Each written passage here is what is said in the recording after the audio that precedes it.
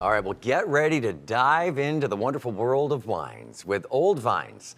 A new month means another journey into the world of wine with Zach from Old Vines Supper Club. Good morning, Zach. Okay, so last month we learned all about Chianti, right? Indeed. Okay, so now we're going to Spain. We're We pouring are. into a new region, a new world of wine. We are. We're Okay. going into Rioja this month, Okay. and the Passport series for the summer was really intended to kind of peel back the veil and look at some of these famous wine regions around the world. Sure. Why they're famous, the grapes that go into making the wines there, the regulatory practices that go into protecting the quality of grapes we see there. We talked about that sort of in the zonal protections of Chianti last Right. month. And a very similar thing takes place in Rioja. We were chatting just a few minutes ago. I don't think either of you had really I've were never familiar heard with of it. I Rioja. would've butchered And that the makes name. me so excited because Yeah. that's the point of these sessions, whether it's our mornings here together or the grafted events that we do later on in the month. And truthfully, Rioja has a special place in my heart because it was one of the regions that about 12 years ago really sparked my interest into the world of wine and the wine business as a really serious career versus just a hobby or a job. Sure. So I have a soft spot for this region, and these wines in particular are a great way that we can look at how wines in Rioja have changed throughout the centuries. They've been making wine here since 1000 BC. Wow. So Okay. there's a long history. It's not something new. They're not new at this. The trick is that up until about the 1880s, they were landlocked. They had no access to any sort of port cities. Finally, in the late 1800s, going into the turn of the century, in the 1900s, a railway was completed in Rioja that connected them to two major port cities on the Atlantic. Then they finally had the opportunity to export these wines. But prior to that, unless you were just visiting, pilgrimage, or vacationing in this area, you really had no access to these wines. So they are relatively new in terms of the broader wine world, the consumer interacting with these wines in the wild, as I like to say. And even as recent as 2018, we've seen a massive shift in qualification and categorization of these wines. So if you're interested, definitely come to our session later this month on the 17th. Today we're going to talk kind of top line about the Tempranillo grape varietal. About 95% of all vineyard plantings in Rioja are planted to this grape right here. As soon as you pop the cork, it's so fragrant. Very fragrant. aromatic. So, Okay. Yeah. interesting fact, in Portugal, Tempranillo is called Tinto Roriz. And if you've ever had port wine, you've had Tinto Roriz, AKA Tempranillo.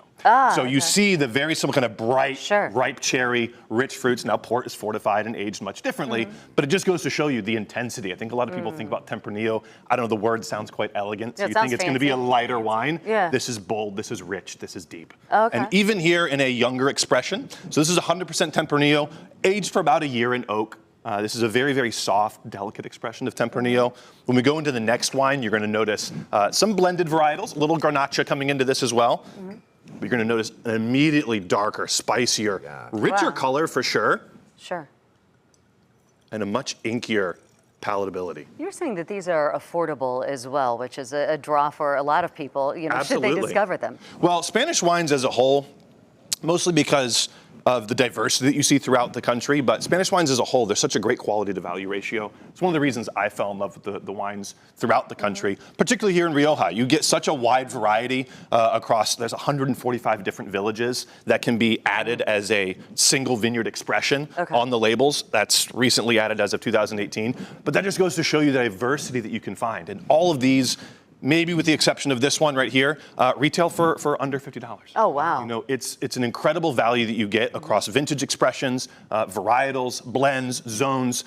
The quality is endless. And that's one of the things I love introducing people to Spanish wines, whether it's here in Rioja, over in Priorat outside Barcelona, way down in Sherry country, just outside Andalusia. There really is just exceptional variety and a wine for all palates. Like I said, about 95% of the wines are going to be red in Rioja. They do make white wine. They do make rosé. They even make sparkling. Really? There's such a great variety here in Rioja, and there's something for everyone, truthfully. This is a stronger smell, more of an oaky. So you're getting longer time in oak, about double the amount in oak that you would have found here, as well as a little bit more blended varietals as opposed to 100% of just the single varietal Tempranillo. Okay. And it is a much darker color. Oh, it absolutely is. Yeah. That's one of the beautiful things that you'll see in Tempranillo as it ages, and we'll see that especially here as we move into the third wine. This is 2016 vintage. Both of these are 2021. So you're seeing an extra 5 years that this has aged in the bottle. This also comes from about almost 100-year-old vines of Tempranillo. Oh my goodness. So it's got a really, really elegant structure to it. In addition to that aging, you see that little bit of that almost coppery or brick-like color to that, yeah. that's a clear indication that the wine has some age on it. That's as oxygen very slowly comes into the bottle through that cork in the top, we start to see that tawny expression in the wine. As I spill it all over the table.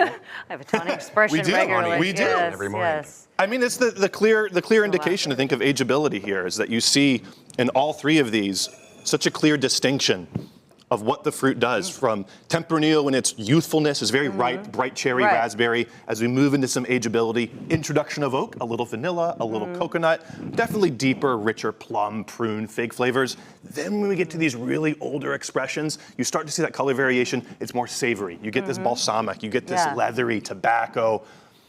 Much It's almost more full-bodied. Much more Yeah, full-bodied yeah. and very, very graceful.